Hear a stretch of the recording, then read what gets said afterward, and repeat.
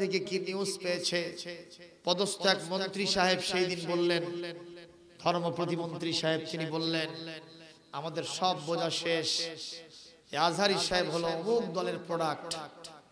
আপনার এটা মুখের কথা হতে পারে, কিন্তু গত একটা মাস ধরে, প্রায় 2টা মাস ধরেই, জানুয়ারি এবং ডিসেম্বর, তিনি এই 2টা মাসে যতগুলো প্রোগ্রাম করেছেন তার কোনো প্রোগ্রাম থেকে সরকার বিরোধী কোনো কথা শুনতে পাই নাই।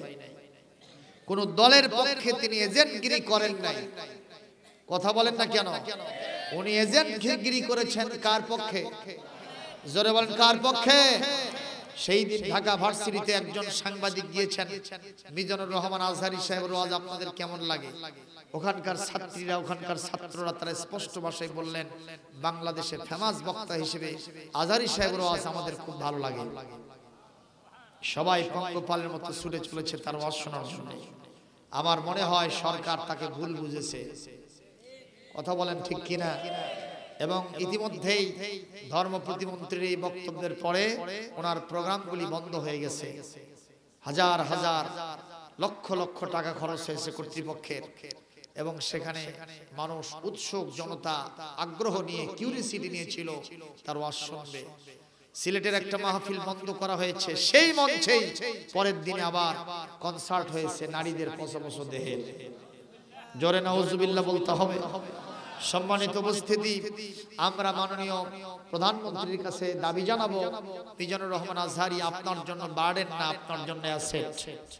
উনি যুব সম্প্রদায়কে জাহান্নামের রাস্তা থেকে জান্নাতের রাস্তার দিকে নিচ্ছেন, সন্ত্রাস থেকে ফিরাচ্ছেন, মাদক দ্রব্য থেকে ফিরাচ্ছেন, জঙ্গিবাদ থেকে ফিরাচ্ছেন, ধর্ষণকারীদেরকে ধর্ষণের কাছ থেকে ফিরায়া তাদেরকে বিবাহমুখী করতেছেন। জোরে করে আল্লাহু আকবার। এজন্য এই দেশের জন্য যেহেতু তিনি আছেন, আপনাদের কাছে দাবি জানাই, এই প্রিয় মুফাসসিরের তাফসীর বন্ধ না করে অনতিবিলম্বে আবার তার তাফসীর আপনারা অনুমতি দিয়া বাংলাদেশের মাঠে ময়দানে তাকে যাওয়ার সুযোগ করে দেন। আপনারা চান কিনা? চাইলে দুহাত তুলে আল্লাহকে দেখা। লিল্লাহি তাকবীর। মহান আল্লাহ তাআলা কবুল করুন। জোরে বলেন আমিন। আমার ভাইরা বলেন আমিন। আপনারা বলবেন যে হুজুর মিজানুর রহমান আজহারী আপনার বড় ভাই কিনা? আমি বলবো আমার 14 গোষ্ঠীর সাথে তার কোনো সম্পর্ক নাই। কেন বলবো? আমি একজন মুফাসসির, তিনি একজন মুফাসসির। একজন মুফাসসির আর একজন মুফাসসিরের পক্ষে কথা বললে এটাই স্বাভাবিক, কিন্তু যারা বিপক্ষে বলতেছে, আমি মনে করি নিজের পায়ে তুমি নিজেই কুড়াল মারতেছো। কথা বলেন ঠিক কিনা? আজকে আলেমদের ঐক্য, আলেমদের ইত্তেফাক, আলেমদের ভিতরে ইত্তেহাদ, আল ইত্তেহাদ আল ইখতিলাফ, আমাদের ভিতরে মতবিরোধ থাকবে, কিন্তু এর মাঝ দিয়েই আমরা কোরআন কারীমের ভিত্তিতে আমরা একমত হতে চাই। আপনারা কি আলেমদের মধ্যে বিভাগ দেখতে চান? আলেমদের মধ্যে ঐক্য দেখতে চান না? আলেমরা এক হোক, আলেমরা নেক হোক, আল্লাহর কাছে আমরা এই দোয়া করি, বলি আমিন। প্রিয় উপস্থিতি, আজকে আমি কোরআন কারীম থেকে ওয়াজ করার জন্য সিদ্ধান্ত গ্রহণ করেছি। ইতিমধ্যেই কোরআন কারীম থেকে 3টি আয়াত তেলাওয়াত করেছি। প্রথম আয়াতটি কোরআন কারীমের 21 নম্বর পারা 29 নম্বর সূরা সূরাতুল আনকাবুত, এখান থেকে 45 নম্বর আয়াতটা পড়েছি। দ্বিতীয় যে 2টি আয়াত পড়েছি, এটি কোরআন কারীমের 35 নম্বর সূরা 22 নম্বর পারা সূরাতুল ফাতিরের 29 এবং 30 নম্বর আয়াত পাঠ করেছি। বিশ্বনবীর একটি সহিহ হাদিস, বুখারী শরীফ, মুসলিম শরীফ, তিরমিজি শরীফ এবং মিশকাতুল মাসাবিতে যে হাদিসটি এসেছে, আমি এটা আপনাদের সামনে তেলাওয়াত করেছি। এর উপরে আমার আলোচনা সীমাবদ্ধ থাকবে ইনশাআল্লাহ। সুবহানাকা লা ইলমা লানা ইল্লা মা আল্লামতানা ইন্নাকা আনতাল আলিমুল হাকীম। জোরে বলি আমিন। প্রিয় উপস্থিতি, সর্বপ্রথম মহান আল্লাহ জাল্লা শানুহু জাল্লা জালালুহু আম্মা নওয়ালুহু সূরাতুল আনকাবুতের 45 নম্বর আয়াত, এখান থেকেই শুরু হয়েছে কোরআন কারীমের 21তম পারা। যখন আল্লাহু আকবার, আল্লাহ পাক তার নবীকে বলছেন, উতলু মা উহিয়া ইলাইকা মিনাল কিতাব। নবী হে, আপনার উপরে, আপনার কাছে কিতাবের যা ওহী করে শোনানো হয়েছে, জানিয়ে দেওয়া হয়েছে, আপনি এই কিতাব থেকে মানুষকে পড়ে পড়ে শোনায়া দেন। এটা তেলাওয়াত করে করে মানুষের কণ্ঠে, মানুষের কানে কানে আপনি ঢুকায় দেন। নির্দেশ কার? জোরে বলেন, কার নির্দেশ? এরপরে আল্লাহ পাক বলেন ওয়াকিমিস সালাত, আপনি নামাজ প্রতিষ্ঠিত করুন, কারণ ইন্নাস সালাতা তানহা আনিল ফাহশাই ওয়াল মুনকার ওয়ালা যিকরুল্লাহি আকবার আল্লাহু ইয়ালামু মা তাসনাউন। জোরে বলেন আল্লাহু আকবার। আল্লাহ রাব্বুল আলামিন বলেন, নবী হে, এই পৃথিবীতে যত মানুষ অশ্লীল কাজ করে, খারাপ কাজ করে, সমাজ গর্হিত কাজ করে, এই মানুষগুলোকে যদি আপনি এই খারাপ কাজগুলো থেকে ফিরাতে চান, র‍্যাব দিয়া, পুলিশ দিয়া, আর্মি দিয়া, বিজিবি দিয়া হবে না। এদেরকে যদি সঠিকভাবে নামাজমুখী করতে পারেন, এই লোকগুলি সমস্ত খারাপ কাজ ছেড়ে দিবে। কার কথা? জোরে বলেন, কার কথা? শুধু তাই নয়, ওয়ালা যিকরুল্লাহি আকবার, আমি আল্লাহর স্মরণ, আমি আল্লাহর জিকিরটাই সর্বশ্রেষ্ঠ জিকির। সুবহানাল্লাহ কোন? আর জোরে কোন সুবহানাল্লাহ। আর আল্লাহ পাক বলেন আল্লাহু ইয়ালামু মা তাসনাউন, পৃথিবীতে তোমরা কে কোথায় কি করো, কার কোথায় কি অ্যাক্টিভিটিস, এটা কেউ না জানলেও আমি আল্লাহ রাব্বুল আলামিন 16 আনা জানি। আমরা আজকে এখানে কি করতেছি কে জানে? সবাই বললেন না যে কে জানে? শুধু আমরা বসে আছি এটাই জানে। আমরা কে কোন চিন্তা করতেছি সেটা কে জানে? জোরে বলেন। অনেকের ভিতরে চিন্তা জাগতেছে, হুজুর কেমা হিয়ালি সুর মারতেছে, ওয়াজ বোধহয় ভালো হবে না, এরকম চিন্তা অনেকের ভিতরে হয়তো ঢুকে গেছে। অথবা চিন্তা করতেছে হুজুর উঠলো 11:30, 11:15 বাজে, 1টা পর্যন্ত কি নিয়ে যায়? ঘাটি তো ঠান্ডা হয়ে যাবে, আমিও খামো, বাড়িতে না কিছু নিয়ে যাবো, এটা কেঙ্কা হলো? এরকম চিন্তা অনেকের ভিতরে আসে না নাই? কথা কয় না? তবে আপনাদের ভিতরে অধিকাংশের চিন্তা আছে কোরআন কারীম শোনার। সুবহানাল্লাহ। আপনারা যে কাজটা করতেছেন এই কাজটা আমার বিশ্ব নবী নিজেও করতেন। নবীর কাজ আপনাদের করতে ভালো লাগে না? কথা বলেন না কেন? আমার নবী শ্রোতা ছিলেন, শ্রোতা হইতে পছন্দ করতেন। আর আমরা যারা বক্তা হইতে পছন্দ করি। একদিন একজনকে দেখলাম তার ছেলেকে মাদ্রাসায় দিচ্ছে, জিজ্ঞেস করলাম মাদ্রাসায় ভর্তি করলেন যে? আপনার বড় ভাই ছেলেটাকে স্কুলে ভর্তি করছে, আপনি মাদ্রাসায় দিচ্ছেন? কয় হুজুর আমি ওরে বক্তা বানাবো। কেন? কয় বজলুর রশিদের 3 তলা বিল্ডিং হয়েছে। শুধু তাই না, 40 বিঘা জমি কিনছে, গাড়ি হয়েছে, বাড়ি হয়েছে, আরো কত কি হচ্ছে। কাজী দেখতেছি যে বক্তাদের টাকা পয়সা বেশি হচ্ছে, এজন্য বক্তা বানাবো। এই যে নিয়তটা করলো, এই তো বক্তা তো দূরের কথা, তক্তাও হবে না। যখন ঠিক কিনা? মানে হাউশালার পাউশ নাই, পাউশালার কোদাল। এই জন্য নিয়ত সহি করতে হবে, ঠিক কিনা কম? আমার বিশ্বনবী তিনি বক্তা হতে চান নাই, তিনি শ্রোতা হতে পছন্দ করেছেন। কারণ বক্তাদের ঝুঁকি বেশি আর শ্রোতাদের ঝুঁকি কম। বক্তাদের ঝুঁকি কি? প্রথম ফিজিক্যাল কথাটা বলি। আমি আব্দুল সালাম, আমি ওনার ছেলের বয়সে বয়স, আমার এই সামান্য 20 বছর আমার ওয়াজের খেদমত। কত বছর? 20 বছর হাঁটি মাটি পা পা করতে করতে সেই ফাজিল পরীক্ষা যেই দিন দিয়েছি, রেজাল্ট হবে যে রাত্রিতে, ওই রাত্রিতে আমি প্রধান বক্তা একটা মাহফিল। সে থেকে পর্যন্ত গুনে দেখেন 20 বছর পারি হয়ে গেছে। আমার চাকরি তো হচ্ছে 20 বছর, আমি 20ই ধরেছি। যখন থেকে জেগে বসছে ওয়াজের ময়দানটা, এই সামান্য বয়সে ওয়াজ করেছি। আমার এখন বয়স 45 বছর, এক্সপায়ার করে এখন 46 বছরে যাচ্ছে। তাতেই আমার শারীরিকভাবে অনেক নোকসানিয়ত এসেছে। মাথার চুলগুলো পাকে শেষ, টুপি মাথা দিয়ে আছি, বুঝতে পারছেন না। রোদের মধ্যে গেলে বুঝবেন যে কি আছে মাথায়। দাড়িগুলো পাক ধরলো, চামড়াগুলো দেখি আস্তে আস্তে ঢিল হয়। শারীরিক ভিতরে এই বডির ভিতরে কোন কলকবজা কি হয়ে গেছে আল্লাহই ভালো জানে, কথা কন না। তবে আপনাদের কাছে দোয়া চাই আল্লাহ যেন কোরআনে খেদমত সুস্থ শরীরে আরো কিছুদিন করার তৌফিক দেন। দোয়া কি করবেন না? আমাদের দেশের যুব সম্প্রদায়কে শয়তানের জালে ভিড়ানোর জন্য হাজারো চেষ্টা করেছিল, কিন্তু আল্লাহর সিদ্ধান্ত মোতাবেক কোরআনে কারীমের ওয়াজ ও আওয়াজের মাধ্যমে যুব সম্প্রদায় আজকে কোরআনের মাহফিলের দিকে পঙ্গপালের মতো ছুটে চলেছে। কথা বলেন ঠিক না ঠিক? এই না দেখে আমাদের বাংলাদেশের সর্বশ্রেষ্ঠ বক্তা হিসেবে যিনি কোরআনে কারীম থেকে ওয়াজ করার জন্য আসতেছিলেন বা এসেছিলেন, ইতিমধ্যে অনেক অর্ধশত প্রোগ্রাম প্রায় করেছিলেন, এক একটা মাহফিলে অন্তত 10 লক্ষ লোকের উপস্থিতি। আল্লাহু আকবার। এটা কি আমাদের জন্য শুভ লক্ষণ না কুলক্ষণ? জোরে বলেন কি লক্ষণ? এইটা না দেখে যারা অন্ধকারের কীট এই আলোকে তারা সহ্য করতে পারে না, ঠিক কিনা বলেন? এই জন্য আমাদের দেশের কিছু কিছু আলেম নামধারী মাজার পূজারী ভণ্ড তারা গিয়ে সরকারের কানকে ভারী করছে। সরকারকে বলেছে এই ছেলেটির প্রোগ্রাম বন্ধ করে দিতে হবে।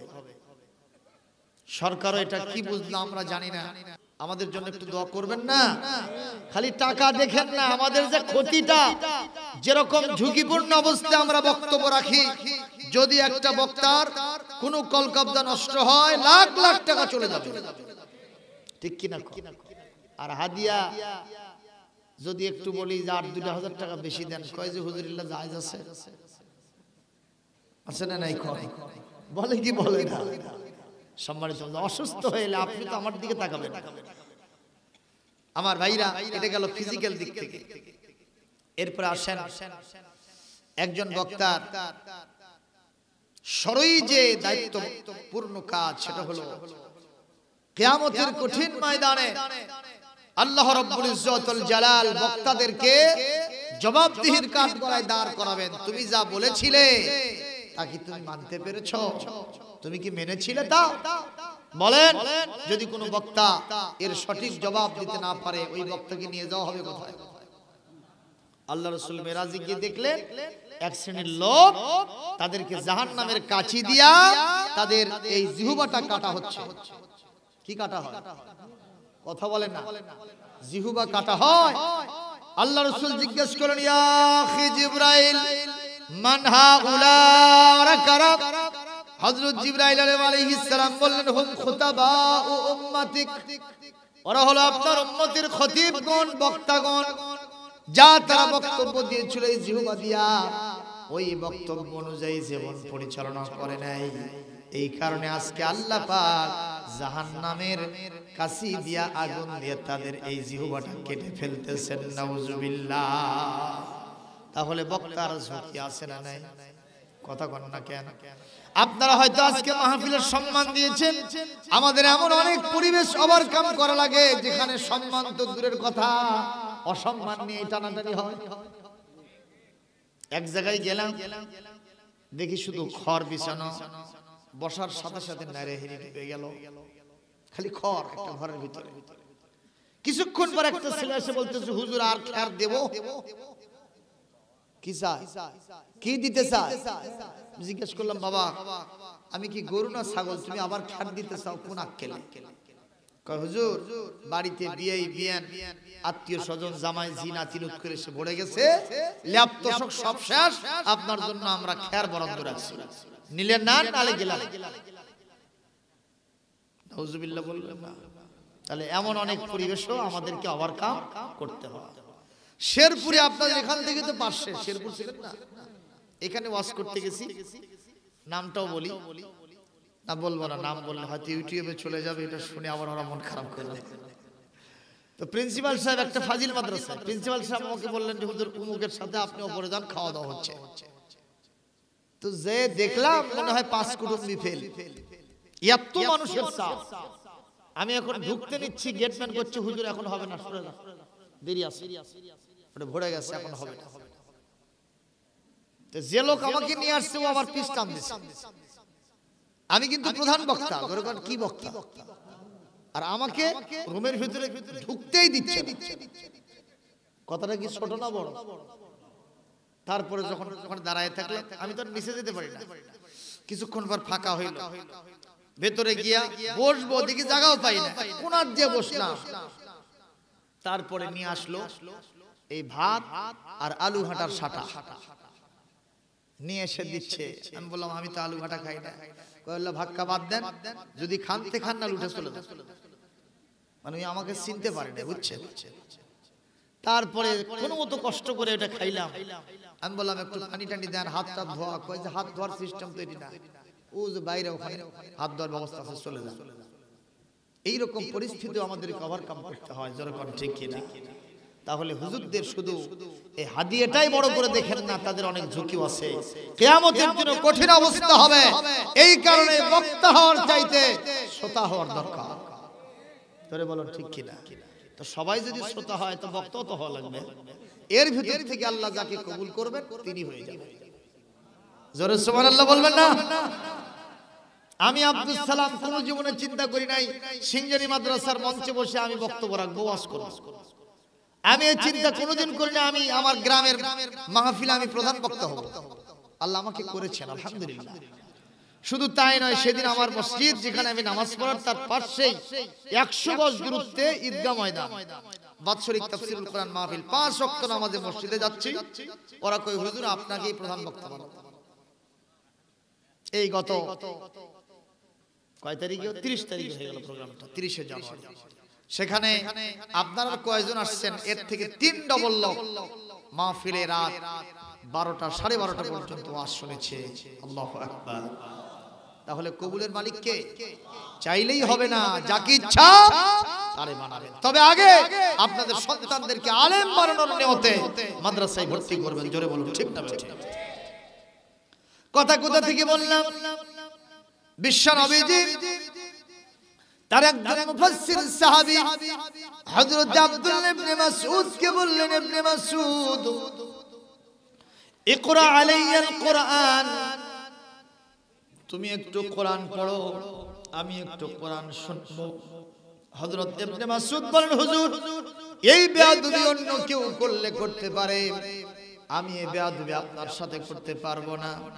কারণ বক্তা তো হবেন আপনি আর আমরা হব শ্রোতা, ঠিক না বে ঠিক কোন? এই পৃথিবীর যত বক্তা আছে তার ভিতরে শ্রেষ্ঠ বক্তা তো আপনি হবেন। জোরে বলুন ঠিক কিনা? হুজুর বললেন, ইবনে মাসউদ রে মাইন্ড করো না, কখনো মন খারাপ করো না। আমি এমন এক ব্যক্তি, ইন্নী উহিব্বু আন আসমাহু মিন গায়রি। এই কোরআন যারা পড়ে, এই কোরআন যারা আলোচনা করে, যারা তেলাওয়াত করে, তাদের তেলাওয়াতকৃত কোরআনের তরজমা, কোরআনের কথা, বক্তব্য শুনতে আমি বিশ্ব নবী বড় ভালোবাসি। তাহলে নবীজি বক্তা হতে চাইলেন না শ্রোতা হতে চাইলেন? কথা বলেন না কেন ভাইজান? আল্লাহর নবী বলেছেন এই পৃথিবীতে 5টা কাজ তোমরা করবা। এই 5টা কাজের নির্দেশ সরাসরি আল্লাহ আমাকে দিয়েছেন। কয়টা কাজ? 1 নম্বর, আনা আমরুকুম বিখামসিন আল্লাহু আমারানি বিহিন্না আল জামাআ। তোমরা সবাই একমত থাকবে, একটা দলে থাকবে, বিচ্ছিন্ন হবে না, দল উপদলে বিভাজন হবে না। আর 2 নম্বর, ওয়াসসামআ, তোমরা শ্রবণ করবা। তোমাদের নেতৃবর্গ আলেম ওলামা যত কথা বলবে এই কথাটা তোমরা মনোযোগ দিয়ে শ্রবণ করবা। আর 3 নম্বর হলো তাআতে, শুধু শুনলেই হবে না, মানতেও হবে। আর 4 নম্বর ওয়াল হিজরাতি, এবং আল্লাহর রাস্তায় হিজরত করবা ঈমান টিকে রাখার জন্য। সবচেয়ে বড় হিজরত হলো গুনার কাজে ছিলে, অন্যায় অবিচার কাজে ছিলে, ওই গুনার কাজটা ত্যাগ করে আল্লাহর কাজের দিকে, আল্লাহর রহমতের দিকে, সওয়াবের কাজের দিকে আসবা। এটা হলো সবচেয়ে বড় হিজরতের কাজ। সুবহানাল্লাহ কোন? আর 5 নম্বর কাজ হলো ওয়াল জিহাদ ফি সাবিলিল্লাহ। ঈমানদারদের ভিতরে সব সময় জিহাদি মনোভাব, আল্লাহর রাস্তায় সংগ্রাম করার মনোভাব, আল্লাহর জমিনে আল্লাহর দ্বীন প্রতিষ্ঠার জন্য সংগ্রামরত থাকা একজন ইমানদারের জন্য সবচেয়ে বড় দায়িত্ব। জোরে জোরে কোন আমিন। আজকে জিহাদের কথা বললেই লোকেরা কয় জঙ্গিবাদ। আরে কথা কন না কেন আপনারা? আমাদের মহিলারা, গ্রাম বাংলার মহিলারা বলো অবলা, বড় সরলা, বড় সতী সাধী, তারা আলেম ওলামার কথা শুনলে চোখ দিয়ে পানি গড়ায় দিয়ে মুখ ভাসায় ফেলে। আলেম ওলামার সদান সৎকার ওয়াজ শুনলে তারা হাতের মালা, গলার মালা, নাকের দুল, কানের কি বলে, নাকের দুল কি বলে, এটা কি কানের দুল, নাকের ফুল, এগুলো পর্যন্ত নিয়ে এসে হুজুরের সামনে স্তূপ করে দেয়। কথা কি ঠিক? কথা বলেন না কেন? সেই মহিলারা এক জায়গায় বসে একটু কোরআন থেকে আলোচনা করবে, একটু নামাজ শিখাবে, একটু সালাতুত তাসবিহ কেমনে পড়া হয় সেই পদ্ধতি শিখাবে। কে বা কারা ফোন করছে, হ্যালো স্যার আসেন, এখানে জঙ্গিবাদের মিটিং হচ্ছে। কথা কন। ওখান থেকে চলে আসলো হায় নারা, এসে বলতেছে এগুলো সব বড় অ্যারেস্ট, একজন উঠতে পারবে না, তোমরা সরকারের বিরুদ্ধে ষড়যন্ত্র করতেছো, নাশকতার পরিকল্পনা করতেছো, জঙ্গিবাদের মিটিং করতেছো। পরবর্তী দিনে এই আবরু সম্পন্ন মহিলাগুলিকে, এই সমস্ত পর্দারশীল মহিলাদেরকে জনাকীর্ণ আদালতে নিয়ে যাওয়া হলো, যারা জীবনে কোনোদিন পরপুরুষের সামনে হিজাব খোলে নাই, মুখমণ্ডল খোলে নাই, তাদেরকে আবরু করে সাংবাদিকদের সামনে দেখানো হলো। তা প্রিন্ট এবং ইলেকট্রনিক মিডিয়ায় ছড়ে গেল। চিৎকার দিয়ে বলেন নাউজুবিল্লাহ। এটা কি উচিত হলো ভাইজান? কথা বলেন উচিত হলো? এভিডেন্স হিসেবে সাংবাদিকগণ জিজ্ঞাসা করলো পুলিশ বাহিনীকে, আপনারা যে মহিলাদেরকে ধরেছেন কোন প্রমাণ পাইছেন? কয় জিহাদি বই পাইছে। কি বই পাইছে? কথা বলেন না কেন? আমি আপনারা কথা বলেন, জিহাদ কি নিষিদ্ধ? জিহাদ কি নিষিদ্ধ? জিহাদ যদি পৃথিবীর কোন মানুষ নিষিদ্ধ করে, আল্লাহ পাক তার 14 গোষ্ঠীকে নিষিদ্ধ করবে। কারণ এই কোরআনে কারীমের ভিতরে জিহাদের কথা আছে না নাই? জোরে বলে। এই কোরআনে কারীমের পড়তে পড়তে আমার তো মনে হয় কোরআনে কারীম হিসাব করলে 1/3 1/3 আয়াত পাওয়া যাবে জিহাদের সমর্থন। জোরে বলেন, কথা ঠিক না ঠিক? তাহলে যদি কেউ জিহাদ নিষিদ্ধ করতে চায় তাহলে কি নিষিদ্ধ করতে হবে? আপনারা কি কোরআন নিষিদ্ধ করতে চান? তাহলে জিহাদের পক্ষে থাকতে হবে। রাজি আছেন কারা? হাত তুলে আল্লাহকে দেখাও।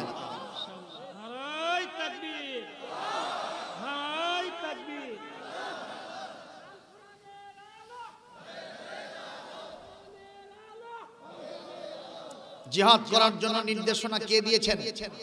কোরআনে কারীম থেকে ওয়াজ শোনাই 28 নম্বর পারা 61 নম্বর সূরা, সূরার নাম হলো সূরাতুস সাফ। এখানে আল্লাহ পাক 10 নম্বর আয়াতে কি বলেন শুনেন। জিহাদের কথা শুনলে কি কি উঠবেন? আমি জিহাদ আর জঙ্গিবাদের ব্যাখ্যা দেব কিছুক্ষণের ভিতরে, খবরদার উঠবেন না। আল্লাহ পাক বলেন, ইয়া আইয়ুহাল্লাযীনা আমানু হাল আদুল্লুকুম على تجارة تنجيكم من عذاب أليم। পাক বলেন, ওহে তোমরা যারা ঈমানদার, হাল আদুল্লুকুম, আমি কি তোমাদেরকে বলে দিব না, আলা তিজারাতিন, এমন একটা ব্যবসার কথা যেই ব্যবসা করলে তোমরা জাহান্নামের কঠিন আযাব থেকে বাঁচতে পারবে। বাঁচতে চান তো? বাঁচতে চান না? আল্লাহ পাক বলেন সেই ব্যবসা করলে সেই ব্যবসার পুঁজি হবে, ক্যাপিটাল হবে, ওই ব্যবসার তহবিল হবে 3টা কাজ। যেরকম কয়টা? 1 নম্বর তুমিনুনা বিল্লাহি ওয়া রাসূলিহি, আল্লাহর উপরে ঈমান, আর 2 নম্বর রাসূলের উপর ঈমান, আর 3 নম্বর ওয়াতুজাহিদুনা ফি সাবিলিল্লাহ, আল্লাহর রাস্তায় তোমরা জিহাদ করবে কি দিয়া? বিআমওয়ালিকুম, তোমাদের মাল দিয়া, ওয়া আনফুসিকুম, তোমাদের জান দিয়া। এটা যদি করতে পারো, যালিকুম খায়রুল লাকুম, এটাই তোমাদের জন্য শ্রেষ্ঠ কাজ, কল্যাণমূলক কাজ হবে। ইন কুনতুম তা'লামুন, যদি তোমরা বিষয়টা জানতে পারো, বুঝতে পারো। আমি আল্লাহ পাক ঘোষণা করলাম, জিহাদ ছাড়া মুসলমানদের বাঁচার উপায় না। আল্লাহর নবী হাদিসে বলেন, মান মাতা ওয়া লাম ইয়াগযু ওয়া লাম ইয়াহদুস বিহি নাফসুহু ইউহাদ্দিস বিহি নাফসুহু আও কামা ক্বালা নবী সাল্লাল্লাহু আলাইহি ওয়াসাল্লাম মাতা আলা শুবাতিন মিনান নিফাক। রাসূল বলেন, একজন ঈমানদার মারা গেল, জীবনে কোনোদিন জিহাদ করলো না, জিহাদ করার জন্য মনের ভিতরে তামান্নাও জাগলো না, আশা আকাঙ্ক্ষাও জাগলো না, এই ঈমানদার যখন মারা যাবে সে মুনাফিক হয়ে মারা যাবে। আপনারা কি কথা শুনেন নাই? কথা কি শুনতেছেন আমার? নবীজি বলেন, জিহাদ করলো না, জিহাদের প্রতি উৎসাহ থাকলো না, জিহাদের জজবা থাকার দরকার আছে না নাই? এ জোরে করে আছে না নাই? নবীজি বলেছেন, যদি কেউ জিহাদের আকাঙ্ক্ষা মনের ভিতরে পোষণ না করে, আবার অনেকে শহীদ মৃত্যু কামনা করে না, শহীদ মৃত্যুর দরকার আছে না নাই? আপনারা বলেন, আমরা কি মরবো না মরবো না? যদি মরাই লাগে মশার কামড়ে মরা উচিত নয়। জর্জরি হয়ে কিডনি পচে গিয়া, অথবা হার্ট অ্যাটাক করে, অথবা পাতলা পায়খানা হয়ে মরার চাইতে শাহাদাতের মওত আল্লাহর কাছে প্রিয় কিনা? আল্লাহর নবী বলেন, শাহাদাতের মওত হলো এমন, এপারে দুনিয়া, শাহাদাতের মওতটা হলো একটা ব্রিজ, ওই ব্রিজটা পার হবে সঙ্গে সঙ্গে দিদার ইলাহি, আমার আল্লাহর সাথে জান্নাতে দেখা হয়ে যাবে। জোরে বলেন না সুবহানাল্লাহ। নবীজি বদরের যুদ্ধের ওয়াজ করতেছিলেন সাহাবীদের সামনে। হুজুর বললেন, বদরের যুদ্ধে যদি তোমরা জানমাল দিয়ে লড়াই সংগ্রাম করতে পারো, ইসলামের প্রথম যুদ্ধ যেটাকে আল্লাহ পাক ইয়াউমুল ফুরকান বলেছেন, আজকে যদি আমরা বিজয় লাভ করতে পারি তাহলে ইসলাম বিজয়ী হবে, সত্য বিজয়ী হবে। কারণ আজকে হলো সত্য মিথ্যার মধ্যে পার্থক্যর দিন, বদরের দিন। জোরে কোন সুবহানাল্লাহ। যদি কেউ এই জিহাদে যেতে পারো, আর যদি জিহাদ করে শহীদ হতে পারো, এপারে দুনিয়া ওপারে আল্লাহর সাথে দেখা হয়ে যাবে, আর এমন এক জান্নাত পাবা, যেই জান্নাত আরদুহা কারদিস সামাওয়াতি ওয়াল আরদ, যার বিশালতা আসমান এবং জমিনের সমান হবে। এই কথা শুনে একজন সাহাবী, উনি খেজুর খাইতেছিলেন, খরমা খাইতেছিলেন, ওনার হাতে খরমা ছিল। রাসূলুল্লাহর এই ভাষণ শুনে জিহাদের এত জজবা তার কলিজার মধ্যে ঢুকে গেছে। সাহাবী বললেন, ক্বালা বাখ বাখ, আয় কি সুন্দর কথা, কত বড় মর্যাদা, কতই না বিশাল ব্যাপার। এই জান্নাত যদি পেতে চাই, এখানে আর বসে থাকার কোনো উপায় নাই। তবে একটা কথা, আমার হাতের মধ্যে যতগুলো খেজুর আছে, এই খেজুরগুলো যদি আমি শেষ পর্যন্ত খাইতে থাকি, ওয়া ইন্নাহা লা হায়াতান তাবিলা, এটা তো একটা দীর্ঘ হায়াত হয়ে যাবে, আমার জান্নাতে যাইতে দেরি হবে। খেজুর খাওয়ার সময়ও আমার কাছে নাই, এর আগেই জান্নাতে যাওয়া দরকার। এই কথা বলে ফারামা বিহিন্না, হাতের সমস্ত খেজুর তিনি ফেলে দিয়া ময়দানে চলে গেলেন। বিশ্বনবীর নির্দেশে লড়াই সংগ্রাম করলেন, অনেকগুলো কাফেরকে জাহান্নামে ফেলে দিয়া এক অসৎ মুহূর্তে কাফের কর্তৃক আক্রান্ত হয়ে তিনি নিজেও শাহাদাত বরণ করলেন। বিশ্বনবী সাল্লাল্লাহু আলাইহি ওয়াসাল্লাম জিহাদের শেষে বদরের 14 জন সাহাবীকে, 14 জন শুহাদায়ে আজমকে এক জায়গায় লাশগুলো অ্যাসেম্বল করে তাদের জানাজা দিবেন। একজন এসে বলছেন, হুজুর এই এই শহীদ ব্যক্তিকে কি আপনি চেনেন? বলেন, আমি তো চিনতে পারছি না, বিকলাঙ্গ হয়ে গেছে, চেহারাটা চেনা যায় না। হুজুর বললেন, এ হলো সেই সাহাবী, যেই সাহাবী আপনার জিহাদের ফজিলতের বয়ান শুনে খেজুর খাওয়ার সময় পায় নাই, খেজুরগুলো ফেলে দিয়ে জিহাদের ময়দানে এসেছিল। কাফের কর্তৃক আক্রান্ত হয়ে শাহাদাত বরণ করেছে। ইয়া রাসূলুল্লাহ, ইয়া হাবিবাল্লাহ, এই লোকের হুকুম কি হবে? হুজুর সাল্লাল্লাহু আলাইহি সাল্লাম বললেন, ও সাহাবী, তোমার জন্য আমার কলিজা থেকে দোয়া আসতেছে, শুকরিয়া আসতেছে। আমি যে জান্নাতের ওয়াদা তোমাকে করেছিলাম, যার জন্য তুমি জান দিয়েছো, আমি রাসূল বলতেছি, ইন্নাকা মিন আহলিহা, তুমি সেই বিশাল জান্নাতের অধিবাসী হয়ে গেছো। জোরে বলেন সুবহানাল্লাহ, আর জোরে কোন আল্লাহু আকবার।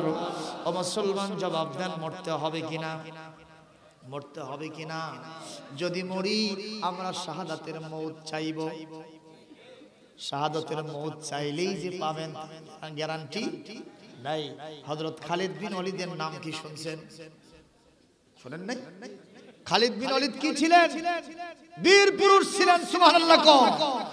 কোন যুদ্ধ জিহাদে যদি মুসলমানদের বিজয় না হতো, হুজুর খালিদ বিন ওলীদকে কমান্ডার ইন চিফ করে পাঠাইছেন। খালিদ বিন ওলীদ মুসলমানদের বীর পুরুষ, ঠিক কি না?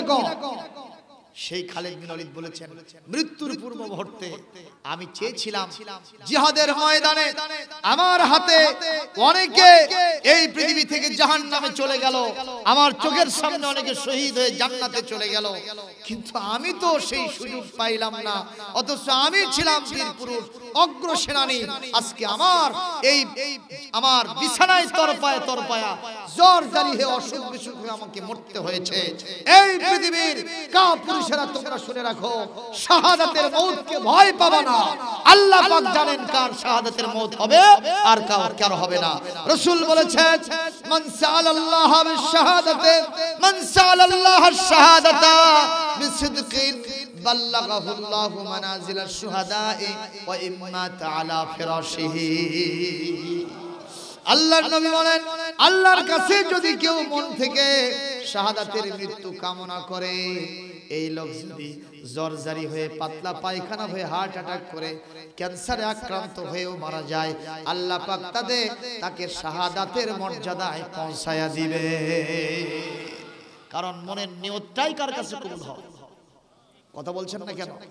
মনের নিয়তটাই কার কাছে কবুল হয়? নিয়তই তো আসল, ঠিক না? ঠিক। আমি বলেই থাকি, একটা মসজিদের সামনে এক লোক একটা খুঁটি পুঁতায় রাখছে। খুঁটি চেনেন? একটা গোঁস পুঁতছে। আরেকজন মুসল্লি এসে ওই খুঁটিটা উঠায়া হুত্তি করে ফেলে দিছে। এখন দুইজনের মধ্যে কি লাগলো? কি লাগছে ভাই? ঝগড়া লাগছে। যিনি খুঁটি পুঁতেছিলেন তিনি বলতেছেন, তুই তুললু কে? আবার যে তুলেছে সে বলছে, তুই পুতলু কে? এই নিয়ে গন্ডগোল শুরু হয়ে গেছে। এখন বিচার দিয়েছি ইমাম সাহেবের কাছে। ইমাম সাহেব বলতেছে, কি হয়েছে আপনাদের? বলে, উনি মসজিদের এই মূল রাস্তার পাশেই খুঁটিটা পুঁতে রাখছে, আমি সেটা তুলে ফেলেছি। ও আমাকে দোষী সাব্যস্ত করেছে। বলেন, হুজুর আমি দোষী না ওই দোষী? হুজুর বলছেন, একটু বসেন, শান্ত হন। আপনি খুঁটি পুঁতলেন কেন? কি আমার কথা আপনারা শুনতেছেন? সবাই শুনতেছে? দেখেন তো আশেপাশে অন্য মানুষ কইছে নাকি, ঘুমাই গেছে নাকি, দেখেন তো। ওরে জোরে করে ধরে আস্তে করে ছেড়ে দেন। লিল্লাহে তাকবীর, লিল্লাহে তাকবীর। আপনি খুঁটি পুঁতলেন কেন? কয়, হুজুর একদিন আমি মসজিদে এসে দেখি এক লোকের একটা বাইসাইকেল, তা আমার স্ট্যান্ড নেই। তো ওই সাইকেলটা মসজিদের জেদারের সাথে, ওয়ালের সাথে হেলান দিয়ে রাখছে। এটা আমার কাছে মসজিদের সাথে বেয়াদবি মনে হয়েছে। আমি চিন্তা করছি, এরকম একটা খুঁটি পুঁতায় দিব, যদি এই জাতীয় কোনো লোক আসে এর সাথে সাইকেলটা হেলান দিয়ে রাখবে, গরু ছাগল নিয়ে আসলে ওর সাথে বাঁধে রাখে, নামাজ পড়বে, মসজিদের সাথে বেয়াদবি হবে না, আদবি হবে। সুবহানাল্লাহ। হুজুর বললেন, আপনি তুলেছেন? কয়, হুজুর আমি একদিন এসে দেখি মসজিদ বিদ্যুৎ নাই, কারেন্ট, রাতের বেলায় এক মুরব্বি তাকবীরে উলার ফজিলত অর্জন করার জন্য দৌড়ে আসতেছে। এসে ওর সাথে বেজে উল্টে পড়ে, মুরব্বি মানুষ, একে তো দাঁত নাই, দুটো ছিল, ওই দুটোও পড়ছে। আমি চিন্তা করলাম, এই অকল্যাণকর জিনিস এখানে রাখা যায় না, আমি ওটা তুলে ফেলে দিয়েছি, তাতে আমার জেল জুলুম জরিমানা ফাঁসি হোক, তাতেই রাজি আছি।